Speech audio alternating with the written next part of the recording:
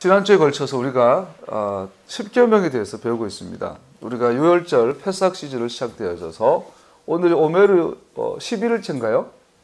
그죠? 12일? 벌써 오메르 12일이에요. 우리가 유월절에 만찬을 지나고 밤을 보내고 무교절 첫째 날 안식일, 또 초실일 예수의 부활을 우리가 기억하고, 또 이제 오늘이 오메르 12일째예요 벌써. 그래서 매일마다 시편 67편으로 온 민족 가운데 메시아가 받아들여지기를, 메시아 나라를 위해서 기도하는 오멜 카운팅 계수 기간이에요. 그리고 어제도 아니고 내일도 아니고 하루하루 새로운 하루를 살아가는 것을 훈련하는 기간이에요. 그럴 때 진정으로 살아야 될 삶이 무엇인가? 바로 10계명이죠. 오사마 빈 라덴이 옛날에 미국에 경고한 그 글을 보면 이렇게 고백한 게 있어요. 이슬람인 자기네들이 진정한 모세의 후계자라는 거예요. 진짜 모세의 진짜 후계자는 자기들이라는 거예요. 이슬람이라는 거야. 그리고 토라, 거기 자기들도 토라 말 쓰더라고요. 라덴이 토라의 계승자가 자기들이라는 거야. 이슬람이. 그래서 마지막 때는요, 이 토라 싸움이에요. 이스라엘과 이슬람의 싸움인데 핵심은 진짜 토라가 뭐냐라는 거예요. 그래서 앞으로 마지막 때의 진리를 알려면 토라, 진짜 토라를 알아야 가짜 토라를 구별하는 거예요. 그래서 우리가 이 정말 패삭 시즌, 새로운 영적인 1년이 시작되는 이 시즌에 우리가 가장 깊이 또 몸에 배워야 될 것이 10계명이 아닌가. 그러면서 우리 요엘, 아리엘 목사님의 아들인 요엘, 그분의 토라의 아름다운 책 속에 나오는, 그때 잠깐 나오는 10계명 강의가 나는 충격이었어요. 왜냐하면 그런 히브리 관점으로 본다라는 게 이런 거구나. 그거를 이제 맛을 보게 된 거죠. 물론 히브리 강의에 대해서 뭐 많이 들어보고 10계명 강의도 하고 하지만 개인적으로 요엘의 이 강의가 충격적으로 정말 신선하게 또 감사하게 내 몸에 스며드는, 내 바사르에 스며드는 그런 느낌이에요. 그래서 나는 우리 교회에서는 이 패삭에 또 한번 나누고 싶었어요. 지난주에 3계명까지는 해봤는데 지금 약간 반복하고 또 할 수 있을 만큼 간략하게 요엘의 책을 중심으로 나눠볼까 합니다. 여러분과 내가 이 10계명의 말씀을 통해서 은혜 받을 수 있기를, 그래서 우리 삶이 실제로 말과 생각과 행동이 토라와 10계명과 일치되기를 예수와의 이름으로 축복합니다. 10계명이라는 말은 우리가 편의상 만든 말이라 그랬죠. 10개의 말씀들, 10개의 하나님의 호흡들, 10개의 하나님의 소리죠. 근데 엄밀히 말하면 10개가 또 아니죠. 한 소리죠. 그죠? 우리가 누구를 만나서 1시간 대화했는데 12번의 말을 했어, 이렇게 하지 않잖아요. 그냥 대화했다 그러잖아요. 근데 그 순간에 주님과 호흡을 나눈 거죠, 여러분. 그래서 첫 번째가 복습을 하면 나는 너의 하나님이라. 하나님의 자기소개. 나는 신랑이 누구인가를 소개하고 있다. 첫 번째 계명. 우리 개신교 전통 크리스찬들은 10개의 계명을 나는 너희 하나님이라 첫 계명을 보지 않죠. 그리고 유대인들은 나는 너희의 하나님이라. 나는 너를 애굽 땅 속박의 장소에 땅에서 너를 건져낸 나는 야훼 하나님이다 라는 거. 이거 첫 번째 계명, 하나님의 자기소개이고, 이 말은 하나님이 우리를 주권적으로 선택했다라는 거죠. 에베소에서 보면 언제 선택을 해요? 창세전에 미리 우리를 택하시고, 그죠? 여러분과 나를 창세전에, 시간과 공간이 존재하기 이전에 나를 선택하셨다. 그래서 하나님 주권적이다. 나는 그런 존재다. 그리고 나는 너희 하나님이라. 이것은 또 신랑의 언어죠. 나는 너희 신랑이다. 넌 나의 백성이다. 넌 나의 신부다. 청혼하고 계신 것을 우리가 볼 수 있어요. 그래서 우리가 첫 번째 계명, 첫 번째 소리에서 나는 너를 애굽 땅 종되었던 곳 인도하여 낸 구원하는 너희 하나님 야훼다. 우리가 토라를 받기 전에, 율법을 받기 전에 이미 그분 날 구원하신 분이라는 거. 그래서 토라는 구원받은 자에게 주어진 거예요. 구원의 조건이 아니라 구원받은 자가 가야 될 길이라는 거. 예복이라는 거죠. 청함 받은 사람은 많은데 택함 받은 사람은 거의 없다. 택함 받지 못한 근거가 예복을 입지 못해서. 친구여, 왜 예복이 없느냐? 바깥 어두운 데 쫓겨나 슬피 울며 이를 갈고 있으리라. 예복이 뭐냐? 그죠? 결혼할 예수님 하나님의 백성으로 선택받은 우리가 주님과 결혼하기 위해서는 예복을 입어야죠. 개인적으로 그 생각을 해요. 헬라적 신학, 헬라적 사고방식은 사랑하면 되죠. 사랑하면 되죠. 미국에 가본 적은 없지만 라스베가스 가면 결혼은 뭐 10분 만에 할 수 있다면서요.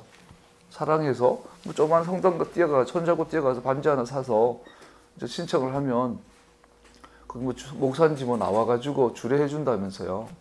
그리고 정식으로 뭐 그 미국 정부인지 라스베가스 주 정부인지 결혼 도장, 승인 도장 찍어 준다면서요.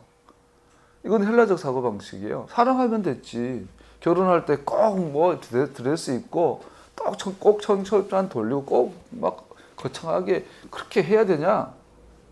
근데 성경은 뭐라 그래요? 그래, 그렇게 해야 된다. 아무리 사랑하더라도 남편은 막 정말 예복을 갖춰 입고 정식 이 리터지컬하게 참 멋지게 준비를 해놨는데 신부가 세수도 안 하고 뭐 신랑을 사랑하니까 꼭 결혼식 해야 돼? 꼭 이런 거추장스러운 거 해야 돼? 꼭 그 길을 가야 돼? 꼭 이 옷 입어야 돼? 이렇게 할 수 없다라는 거죠. 사랑하면, 그래서 결혼하면 그 결혼에 맞는 수준의 옷과 화장과 마음의 가짐과 이런 절차들이 필요하다라는 거죠.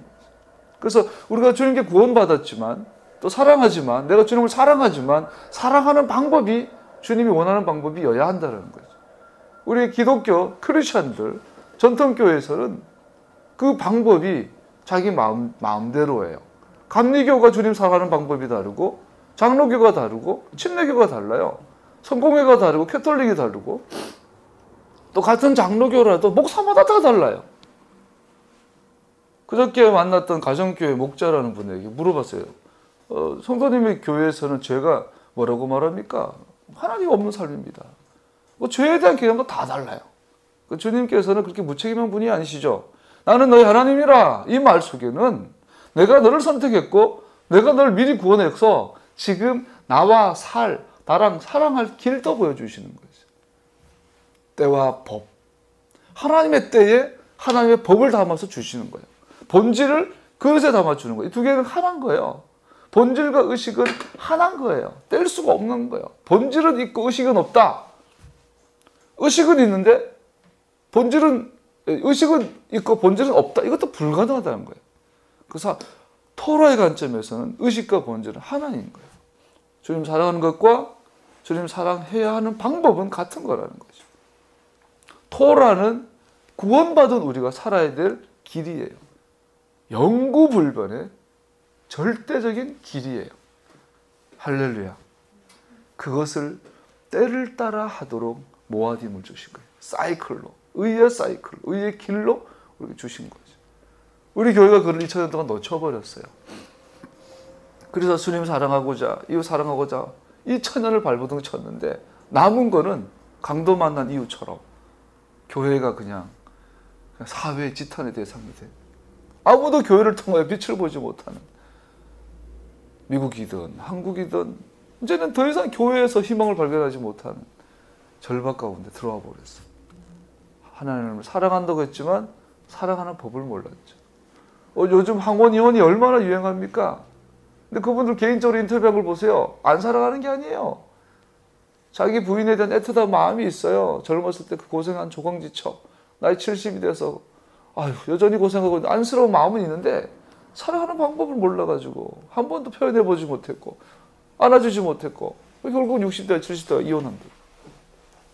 많은 경우 그렇게 그런 거 봐요. 우리 하나님 사랑하면 사랑해야 하는 방법도 알아야 될 줄 압니다. 나는 너희를 애굽 땅 종대했던 곳에서 인도하여낸 너의 하나님 야훼로라. 할렐루야. 두 번째 계명이 나 외에 다른 신들을 두지 말아라. 다른 말로 말하면 너는 내 앞에 나 외에 다른 신을 두지 말아라. 더 쉽게 말하면 내 얼굴에 가면을 씌우지 말아라. 금송아지 사건을 얘기했어요. 금송아지 사건은 다른 신을 섬긴 게 아니에요. 출애굽에서 인도하여 낸, 애굽에서 우리를 구출해 주신 그 하나님을 섬긴 건데 그 하나님의 얼굴에 금송아지를 갖다 붙인 거예요. 이게 우상이라는 거죠. 차라리 절에서 부처한테 절한다거나 선앙당에 가서 꾸벅꾸벅 절을 하고 있으면 우상 숭배하는 걸 자기가 알아요. 그죠? 그런데 문제는 교회 다녀요. 목사님이고 장로님이에요. 성경을 수십 덕 했어요. 방언을 하고 예언을 하고 환상을 보고 1년에 전도도 20, 30명씩 막 하고 돈 생기면 성경헌금 보내고 아침마다 와가지고 기도하고 단 한 번도 일요일날 예배를 빠지지 않고 입에서는 주여 주여 달고 살고 그런데 정작 자기가 하나님의 얼굴에 가면을 씌웠다는 걸 모른다는 거죠. 너는 내 얼굴에 가면을 씌우지 말아라. 하나님의 얼굴이 뭐예요? 하나님의 이름이죠.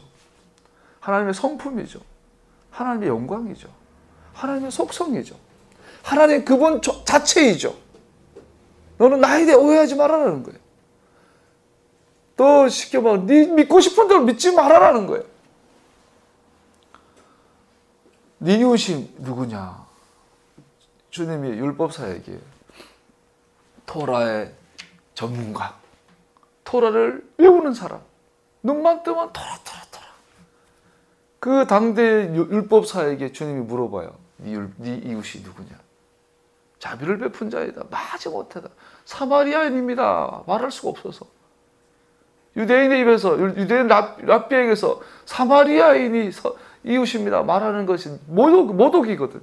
그 말을 할 수 없어서 자비를 베푼 자니이다. 겨우 말을 했더니 너도 이와 같이 행하라.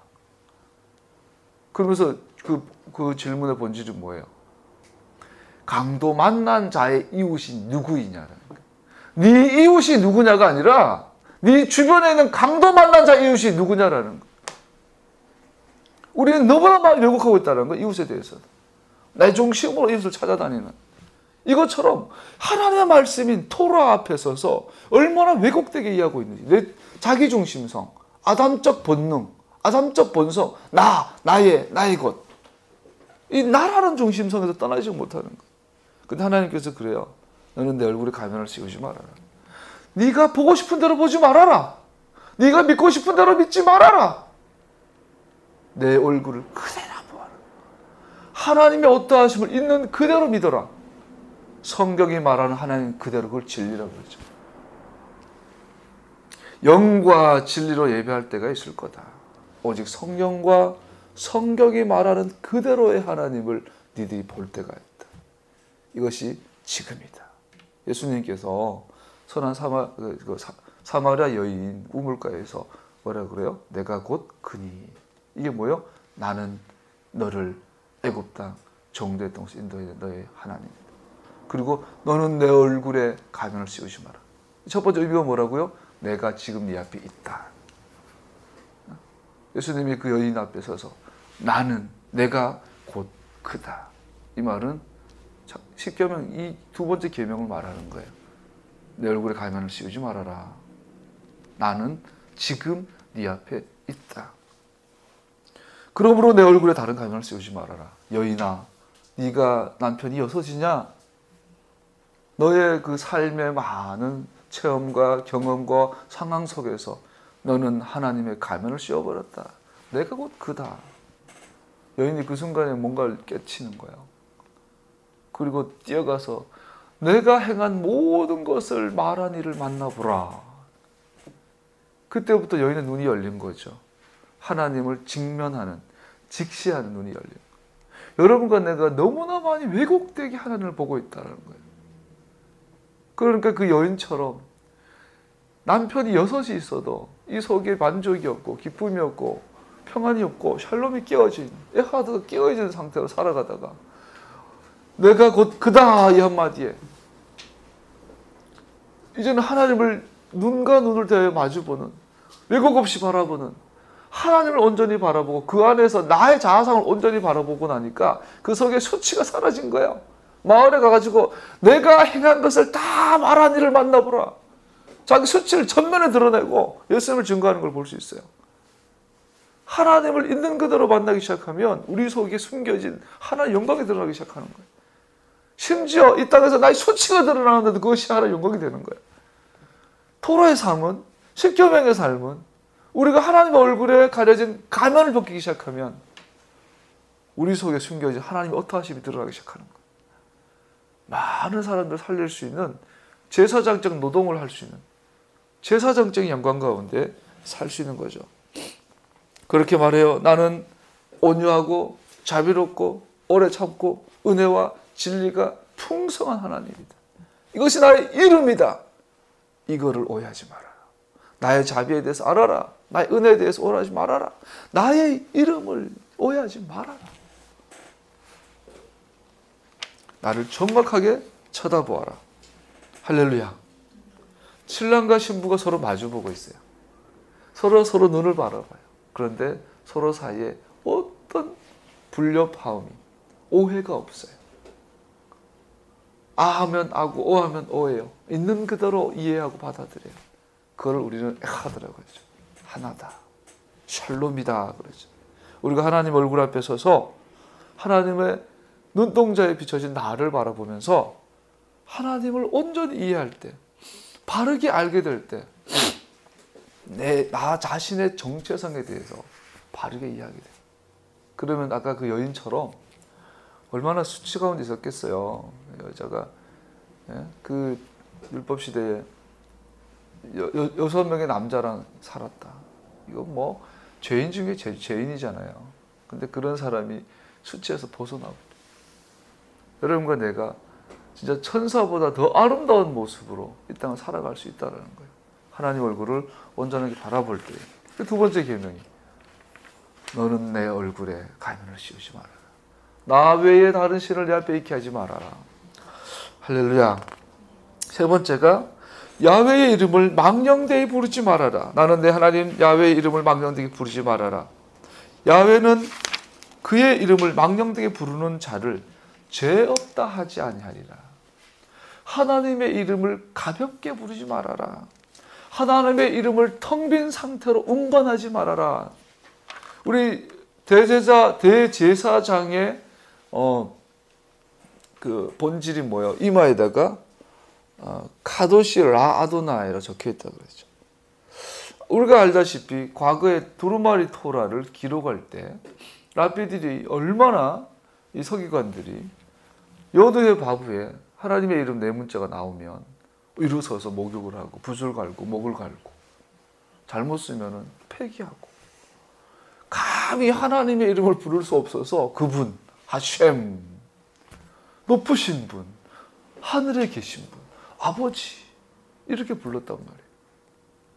그 이름을 잃어버린 거예요. 그래서 오늘날 여호와 성경에 전혀 없는 여호와라는 이름이 지금 특별히 한국에서는 주님의 이름이 되어버렸어요.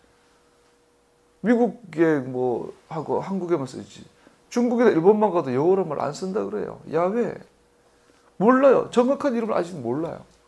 그만큼 유대인들이 하나님의 이름을 부르는 것을 겁을 내고 두려워했는데 감히 그 신성 사문자를 이마에 붙이고 다녔단 말이에요. 금판을 새겨서 전면에 대고 대제사장은 그 하나님의 이름을 한번 쓰지도 부르지도 못하는 그 하나님의 요두의 바구에를 이마에 붙이고 걸어 다녔어요. 대제사장의 이 존재하는 본질이 뭐예요? 하나님의 이름을 운반하는 자.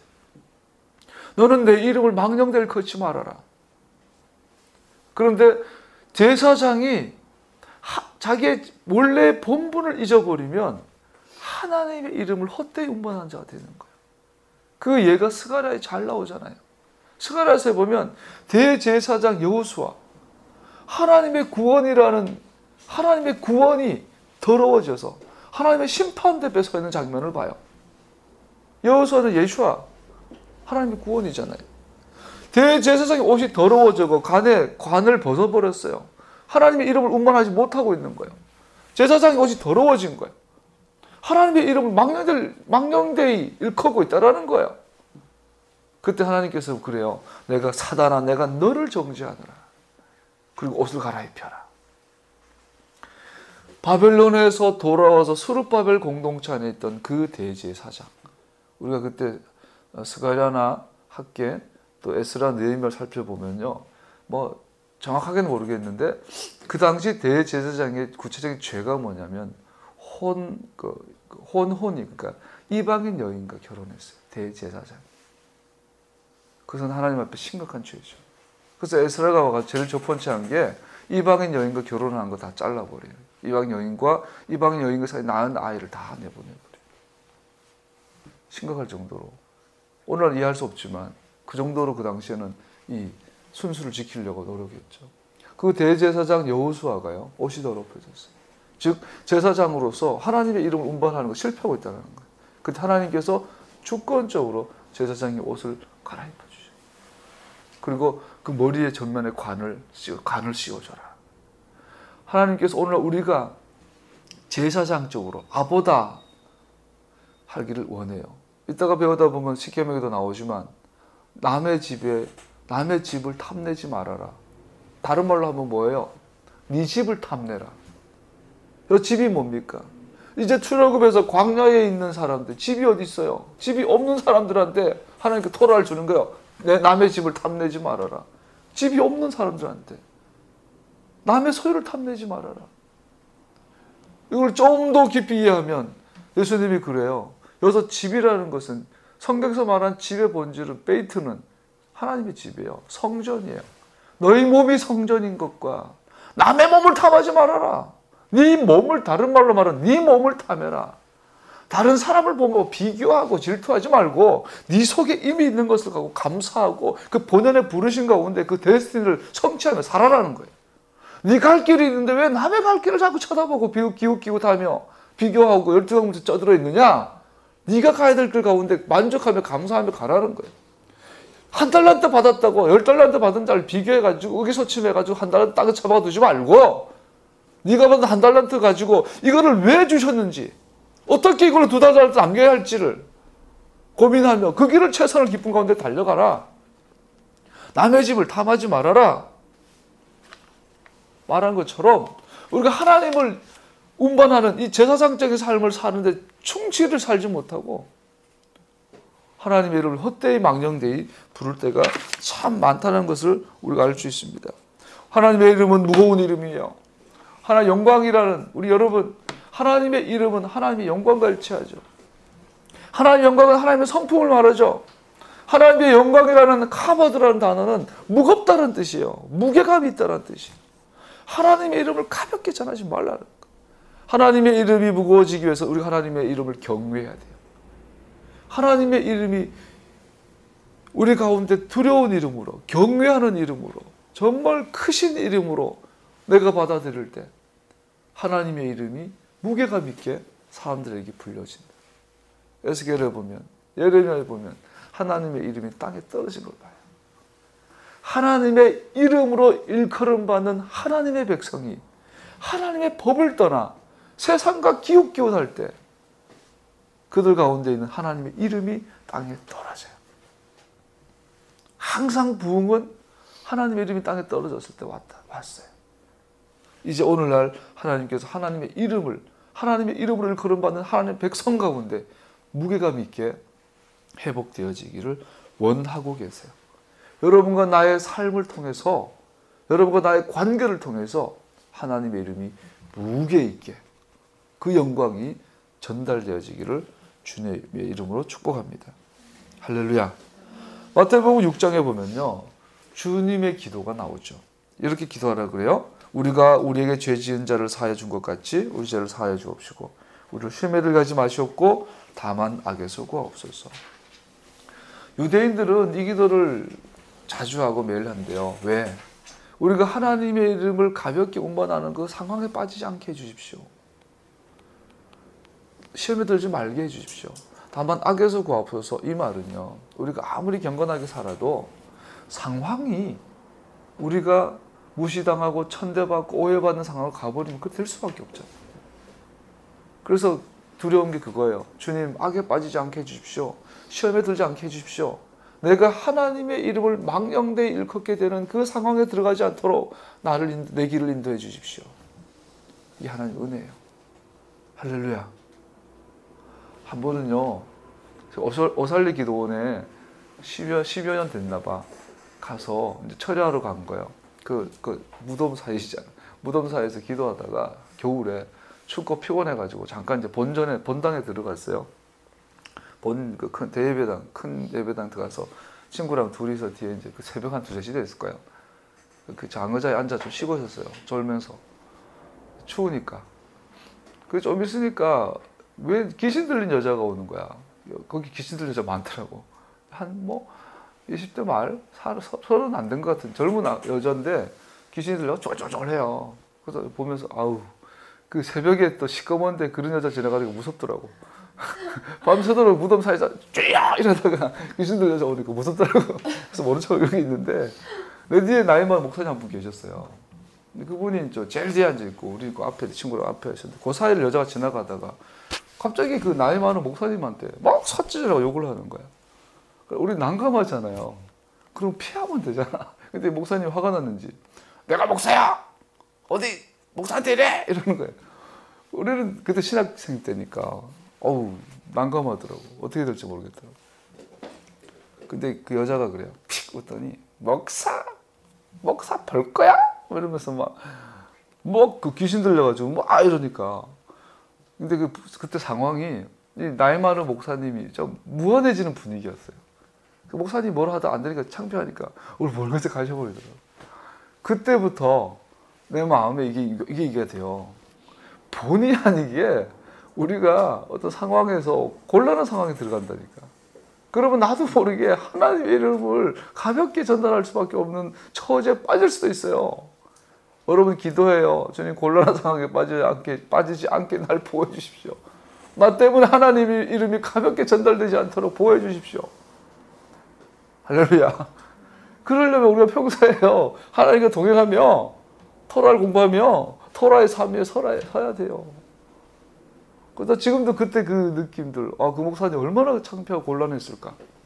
거기서 갑자기 여자 머리 서놓고 축사사역 할 수도 없고 분위기가 그랬어요. 아주 우리는 모른 척 숨어 있고.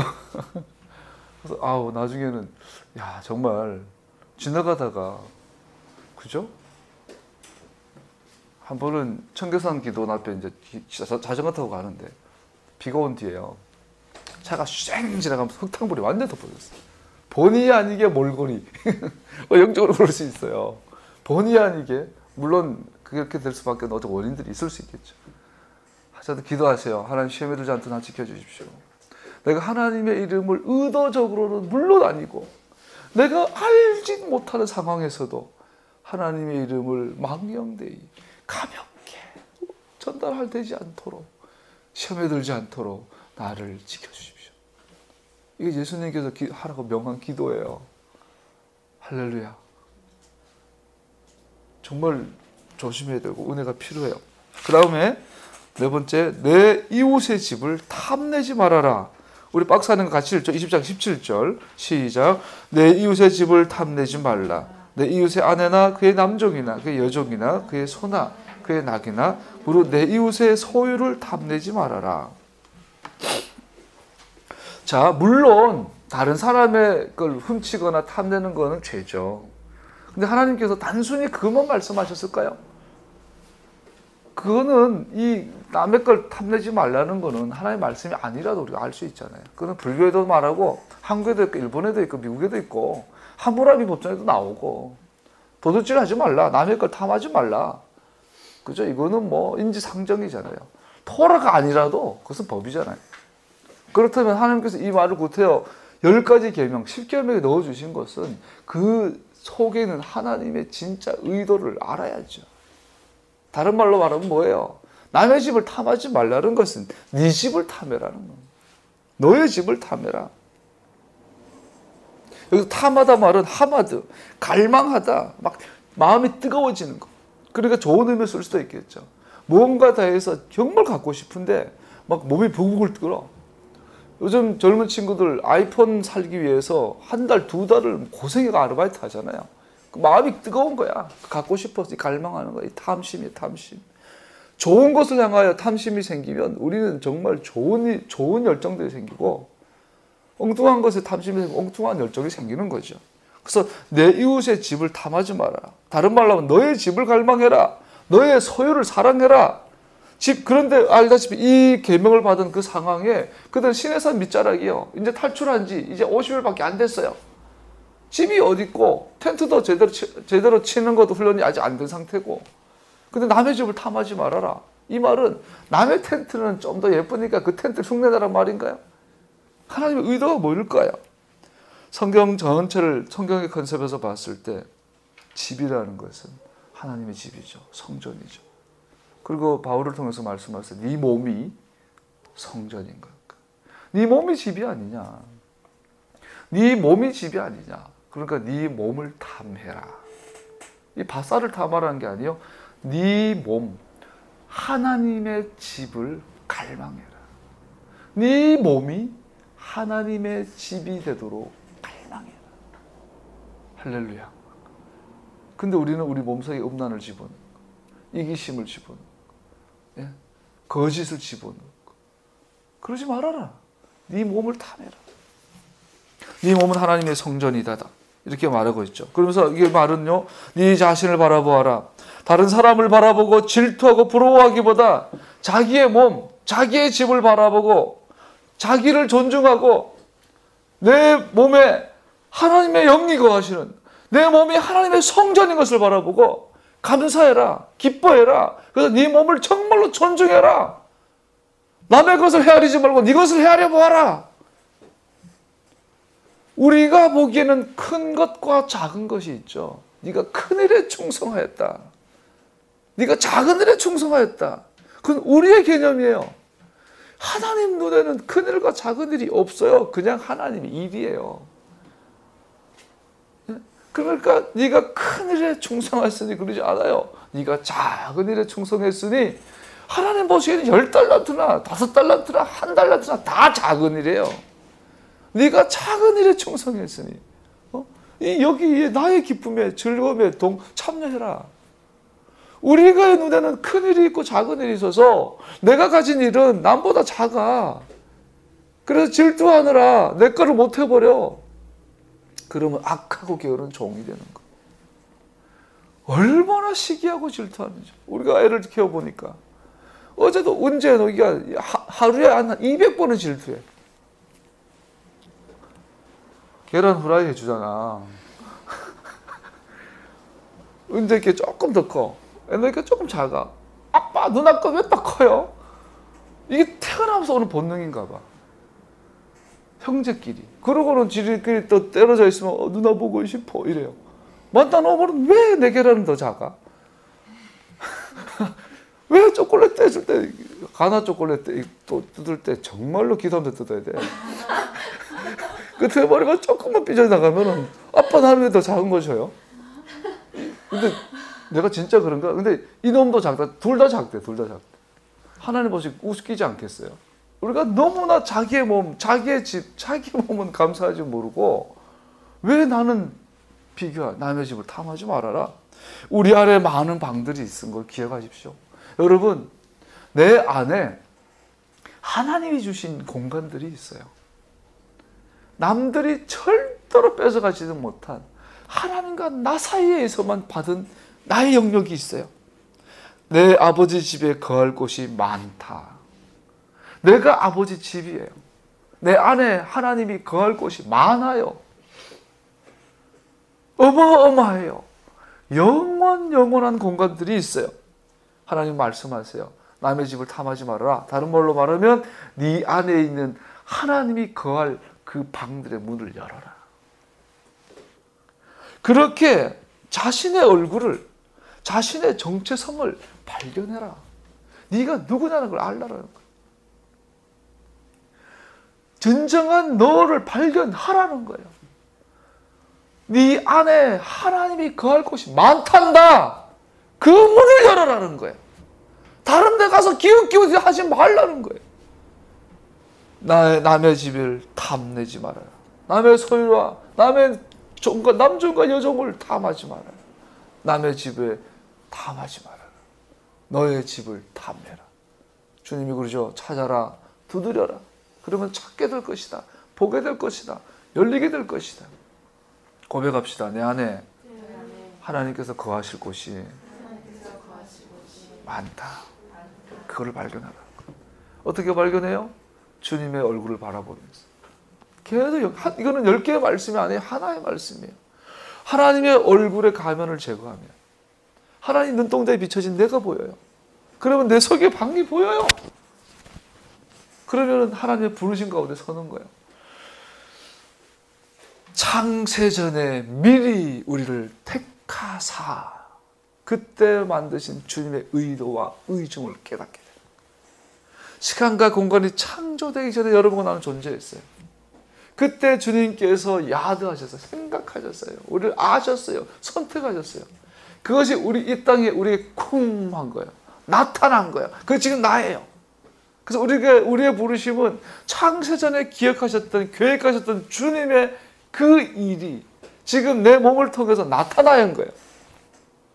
그런데 우리는 여기서 다른 사람하고 비교하는 거야. 왜 나는 돈이 이거밖에 없어요? 왜 우리 아버지는 술주정뱅이였어요? 왜 나는 좋은 학교를 못 나왔어요? 난 태어나 보니까 집안이 가정이 문제가 있었어요. 왜 나는 태어날 때부터 건강이 이래요? 나는 외모가 왜 이래요? 자꾸 열등감. 성령 열풍 왜 불어요, 여러분? 어떡하든지 남하고 비교가 딸리지 않게 해보겠다는. 남의 집을 탐하지 마십시오. 우리가 매주마다 샤bat 때 10계명을 가지고 키두시를 합니다. 하나님의 얼굴에 가면을 제거하십시오. 그 얼굴에 비춰진 진정한 나를 발견하십시오. 그러면 하나님의 이름을 무게감 있게 운반하게 될 것입니다. 할렐루야. 할렐루야. 하나님은요, 선교사들을 원치 않아요. 목사를 원치 않아요. 이 제사장. 하나님의 이름을 운반하는 자들을 원하시죠. 211쪽 다섯 번째, 거짓 증거하지 말아라. 읽어보죠. 20장 16절 시작. 예, 아까도 마찬가지예요, 여러분. 생각해 보세요. 거짓말이 나쁘다라는 건 삼적 동자가 다 알아요. 그를 십계명에 주셨겠어요, 하나님께서? 말 안 해도 아는데. 거짓말하면 우리나라에서 잡혀가는데. 여기서 거짓 증거하지 말라는 말은 거짓말하지 말라는 것은 기본이죠. 그럼 진짜 하나님의 의도가 뭐예요? 거짓 증거라는 게 뭘까요? 아까 말한 것처럼 너는 내 이웃에 대해 거짓 증거하지 말아라. 내가 목사로서 히브리가 관점에서 사랑이라는 것은 신실함이라고 그랬어요. 성실한 거, 신실한 거. 내가 내 아내, 너네 사모, 내가 내 아내를 사랑하는 건요, 물론 다정하게 대하는 것이 사랑일 수 있죠. 그러나 그보다 더 중요한 건 남편으로서 성실한 거예요. 내가 남편으로서 내 아내에게 모든 부분에 있어서 성실한 것이 내 아내를 사랑하는 거예요. 사랑은 성실함이에요. 즉 내가 목사로서 아름이에게, 선미에게, 은우에게 성실한, 목사다운 것이 여러분을 사랑하는 거예요. 목사다운 게 뭘까요? 여기는 진리가 전해져야 되는 거죠. 목사는 진리를 알고 진리를 전해주는 존재예요. 그러면 그는 성도를 사랑하는 자예요. 좀 너네들 문자 보내면 씹고 성질 부리고 그럴 수 있죠. 그지? 근데 중요한 건 목사가 진리를 전하지 않고 있다면 그 사람은요, 성도를 사랑하지 않는 사람이에요. 감동스러운 설교, 그분 설교 들으면 눈물이 쏙 뻗어요. 그래, 그것이 거짓이에요. 토라만이 진리예요. 토라를 전하지 않는데, 예수와는 살아있는 토라인데, 걸어다니시는 토라인데, 그 예수와 토라의 영이신 성령께서 내 안에 계신데, 목사가 강단에서 토라는 지킬 필요 없다, 할례는 폐했다, 율법은 폐했다고 가르치고 있다면 그 목사는 성도를 사랑하는 것이 아니라 저주를 전하고 있는 거예요. 거짓 증거하고 있는 거예요. 여러분, 거짓 증거는 뭡니까? 진리를 전해주는 거예요. 온전한 거울을 갖다 대는 거예요. 왜곡된 거울을 아름이 앞에 갖다 대면 아름이의 자상이 왜곡되어져요. 그러면은 남는 건 정죄만 남아요. 교회를 떠나진 않아요. 기도를 안 하진 않아요. 성경 헌금도 하고 11조도 해요. 주일 성수한다 해서 꼬박꼬박 나와요. 새벽 예배도 나와요. 근데 이 속에 하나님의 이름에 그 무게감이 없어요. 하나님은 말씀이세요. 말씀이 전혀 왜곡되지 않고 성도들 앞에 거울로 딱딱 들이대면 거짓 증거하지 않는 거예요. 진정한 자기를 발견하게 해주라는 거예요. 성도 한 사람 한 사람이 여러분 이웃들에게 내 옆에 있는 사람이 진짜 다 자기가 누구인지를 알게 해주라는 거예요. 선미가 진짜 누구인지 알게 해주려면 누가 해줘요? 뭘 해줘요? 토라를 보여주는 거예요. 하나님의 말씀을 1.1도 첨가하지 않고 빼지 않고 그 왜곡되지 않는 말씀 진리 그대로를 선미에게 가르쳐주면 선미의 그 진리 안에서 왜곡되지 않는 자기를 발견하는 거예요. 내 집을 탐하지 자기를 탐하기 시작하는 거예요. 남의 집을 탐하는 것이 아니라 내 속에 하나님이 거할 것이 많은 것을 알아. 그 기쁨 가운데 살아가게 해준다는 거예요. 거짓 증거, 내 이웃에 대해 거짓 증거하지 말라는 것은 진리를 말해주라는 거예요. 구체적으로 토라를 가르치라는 거예요. 오늘날 강단에서 몇백 명, 몇천 명, 몇만 명 앉혀놓고 왜곡된 말씀을, 왜곡된 거울을 들이대고 있어요. 오늘 일요일이에요. 이때 11시 되면 다 그러고 있을 거예요. 그러면 몇 명, 몇천, 몇만 명이 깨어진 자상을 갖고 돌아가고 종교만 남는 거예요. 크리스찬은 껍데기만 남는 거예요. 그의 말과 행동 속에서는 전혀 하나님의 성품이 드러나질 않아요. 이것이 지금 전 세계를 장악하고 있어요.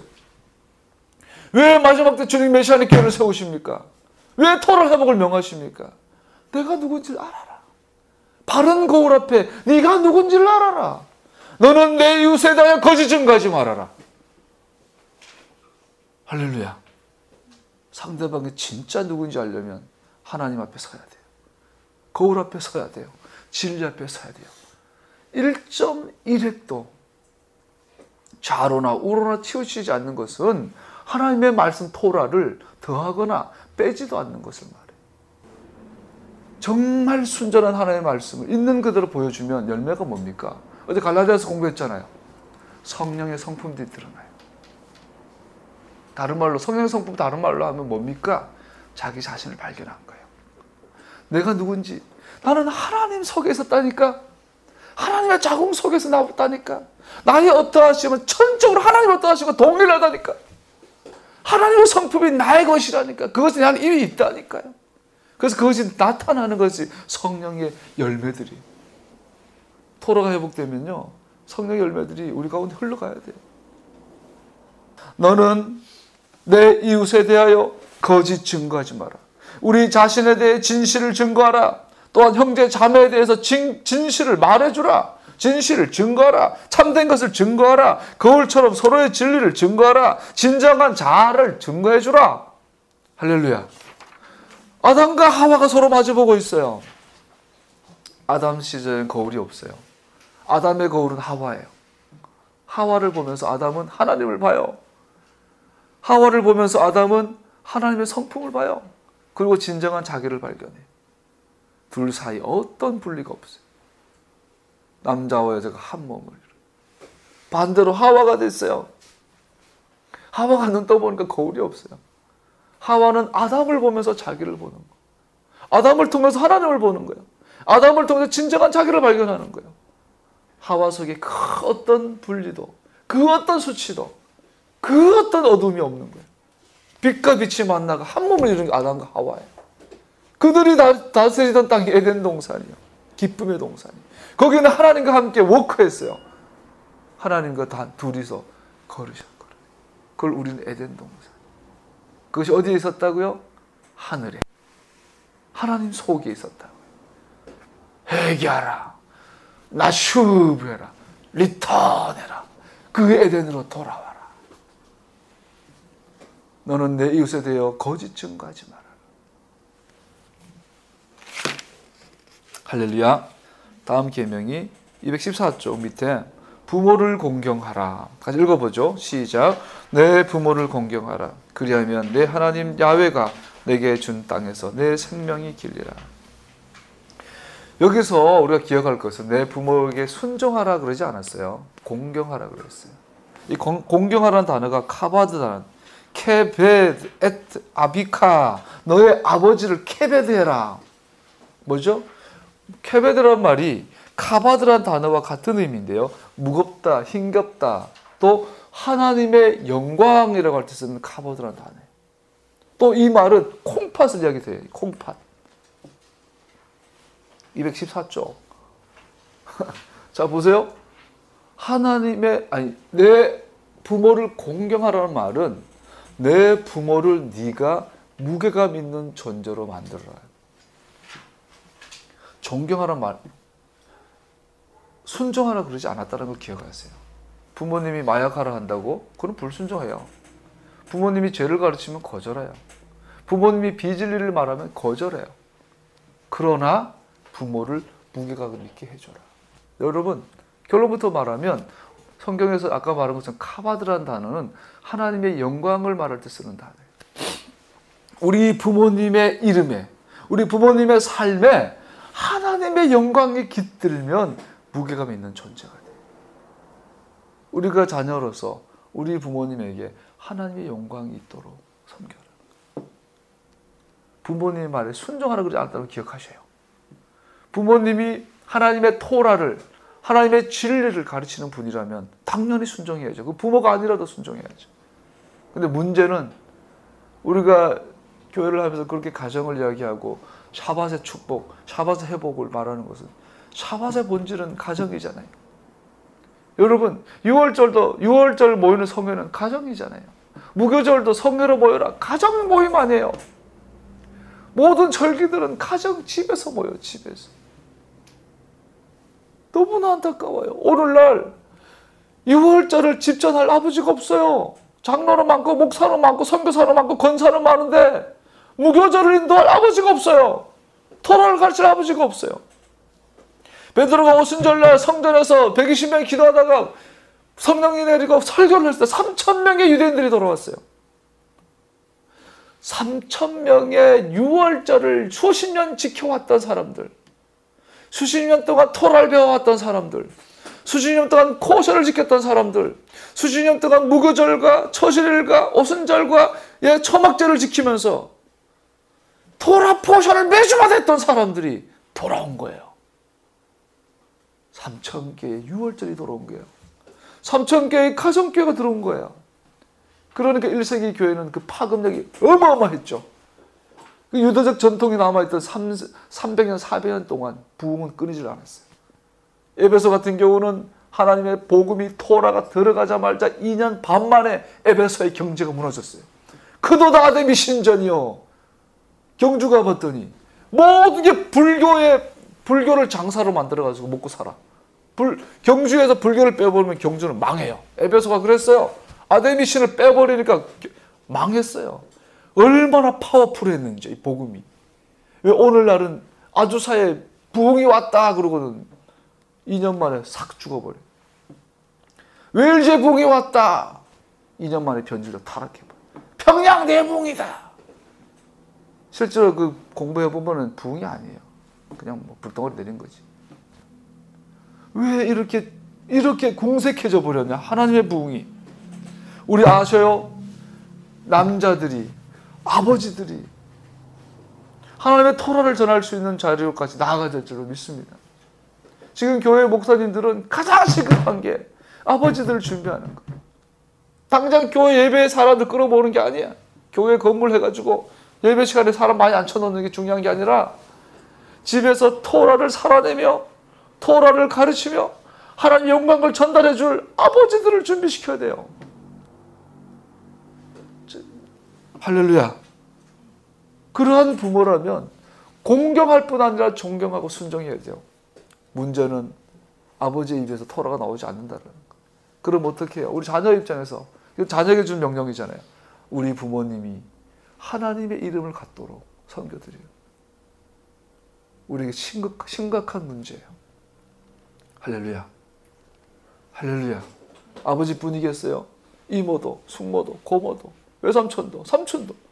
우리의 모든 가정이 하나님의 이름, 하나님의 영광 가운데 그 카보드를 갖도록 우리가 도와드리고 섬겨야 될 줄로 믿습니다. 이 무겁다라는 거 반대의 개념을 우리가 배웠잖아요. 칼날, 가볍다. 내가 오늘 너에게 복과 저주를 둔다. 그 저주, 칼날, 가볍다. 여러분과 내가 무게감 있는 삶을 살아야 될 줄 압니다. 마지막으로 좀 빨리 진행할게요. 그 다음에 마지막으로 안식일을 지키라. 20장 10절, 218쪽 박스 안에 걸 같이 읽어보죠. 시작.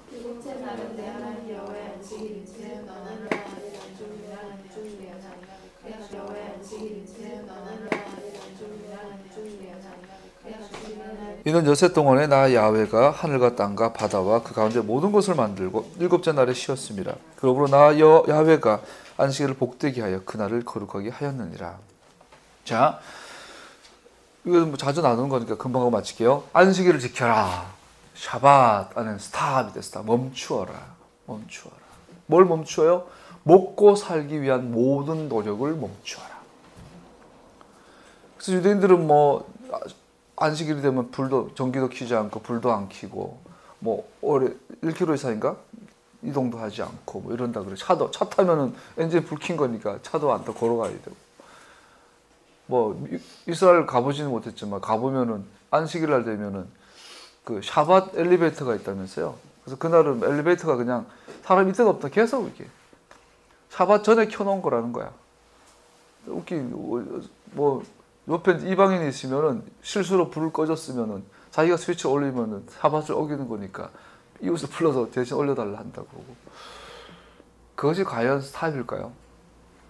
먹고 살기 위한 노력. 저건 뭐죠? 먹고 살기 위한다는 것은, 내가 먹고 살기 위해서 노력한다는 것은 하나님 도움이 필요 없다는 거잖아요. 하나님 없이 살겠다라는 거죠. 하나님 필요 없이 살고자 하는 것을 스탑하는 날이에요.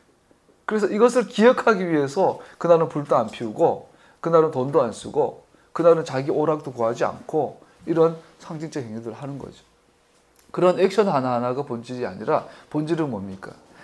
7일 중에 하루는 메노라의 촛대가 7개예요. 7일 중에 하루는 온전하게 하나님만 바라보고 있어 봐라. 스탑해라. 다 모든 것을 스탑하고 하나님만 의지해라. 하나님만 구하는 하루가 되어봐라. 그 안에서 푹 쉬어라. 어제 우리 얼마 잤어요, 우리? 하나님께서 우리가 샤밧을 지키기 시작하면서 복을 주셨는데 잠을 주셨어요. 하나님이 사랑하는 자에 잠을 주시는도다. 금요일 날 모여가지고 이제 기도시하고 또 삶을 나누고 집에 가서 자요. 토요일 아침에 와가지고 이제 토라 리딩하고 토라 포션 듣고 점심 먹고 오후가 되면 강의를 듣고 영화를 보면서 스르르 잠이 들어. 얼마나 좋은지 몰라. 어제 우리가 그죠? 한다고 예배 드리다가 지혜 기도한다고 좀 쉰다고 보니까 잠이 와서 누워 또 잤잖아. 근데 내가 내 방에 갔더니 아름이 아니고 에녹이랑 은재가 따라와 내 팔을 베면서 내 속으로 야 샤밧 이래도 되나? 샤밧 시간에 샤밧 딱 이렇게 애들 데리고 자도 되나? 그래서 은재 에녹이한테 그랬어요. 얘들아 샤밧 잘 지킬 수 있도록 기도하자. 뭐 어떻게 지키는 게 잘 지키는 걸까? 에녹이가 정답을 말해요. 그냥 쉬면 되잖아. 그래. 너 나중에 커서 샤밧 날 친구들 만나 돌아다닐 거야? 아니? 그날은 집에서 잠만 잘 거야. 지금 몰라요. 어쨌든 샤밧을 어떻게 지키는 게 잘 지키는지 몰라요. 중요한 건 이날 하루를 우리가 그냥 안식, 주님 안에서 그냥 머무르는 거예요. 딴짓 안 해요. 먹고 살기 위해서 발부딪히지 않아요. 그게 가장 중요한 건 생명이에요. 섬길 자가 좀 섬기는 거야. 누군가를 살리기 위해서는 더 1,000만 원 쓸 수 있는 날이 안식일이에요. 누군가를 살리기 위해서는 집도 불태울 수 있어요. 불태우지 말아야지. 불 키우지 마라. 아니요. 태울 겁니다. 사람을 살려야죠. 샤밧은 우리에게 거울 앞에, 하루 종일 거울 앞에 서는 날, 내가 누구인지, 하나님이 누구인지, 젖된 아이가 어미 품에 안긴 것처럼, 젖된 아이가 어미 품에 안긴 것처럼 안겨있는 날이 샤밧이. 그래서 7째 날이, 왜 또 7째 날인가? 1000년이 해갖고 하루가 1000년 같다. 하루, 둘, 셋, 넷, 다섯, 여섯, 7. 6일 동안 창조하시고 7일째 쉬셨어요. 하루는 1000년 같아요. 6000년의 역사 끝나면 7000년의 메시아 왕국이 시작돼요. 근데 하루는 저녁이 되고 저녁부터 시작돼요. 저녁은 어둠이에요. 환란을 이야기해요. 메시아 왕국은 환란부터 시작됩니다. 우리는 지금 마지막 때를 살고 있어요. 6,000년의 마지막이에요. 어쩌면 7,000년 이미 시작됐을지도 몰라요. 왜? 우리 주변에 너무나 많은 환란이 있으니까. 지금 4월 중순에 폭설이 내리고 있어요. 지금 모든 것이 주님 오실 날을 이야기하고 있어요. 얼마 안 남았어요. 이미 7,000년이 시작됐는지도 몰라요. 어쩌면. 왜? 하루의 시작은 저녁이에요. 마지막 7년 대환란, 아니면 3년 반의 큰 환란, 마지막 대환란은요, 메시아 왕국의 시작을 말하는 거예요. 메시아 왕국 7,000년은 환란으로부터 시작됩니다. 야곱의 환란입니다. 야곱과 에서의 싸움의 절정에 다다를 겁니다. 수많은 유대인들이 죽어나갈 겁니다. 3분의 2가 죽을 겁니다. 인류의 3분의 1이 죽어나갈 겁니다. 지각은 변동할 것입니다. 어둠이 가득할 것입니다. 그렇게 메시아 왕국은 그 깜깜한 가운데 해가 뜨듯이 빛을 발하면서 나타날 겁니다. 이제 마지막 그 7,000년 메시아 왕국을 우리는 기억하는 날이 샤밧이에요. 샤밧은 예수님의 재림을 기억하는 거예요. 우리 모든 삶이 다시 오시는 예수님을 만나는 거기에 맞춰져야 돼요. 예복이 준비됐느냐. 주님 오시면 결혼할 거예요. 우리는 약혼했으니까 이제는 결혼시켜야 돼요. 예복을 준비해야 돼요. 예복 안 입고 주님 사랑했는데요, 사랑하는데요. 예복을 가져와라. 사랑하는데 어떻게 예복을 안 입고, 결혼식 날 신부가 어떻게 내복 입고 올라오냐. 결혼식 날 어떻게 신부가 세수도 안 하고 오냐. 네가 날 사랑한다면 그럴 수 있냐? 네가 날 사랑하면 내 계명을 지켰을 것이다. 여러분, 토라를 배우고 토라의 앞으로 편안되어지는 것이 예복이에요.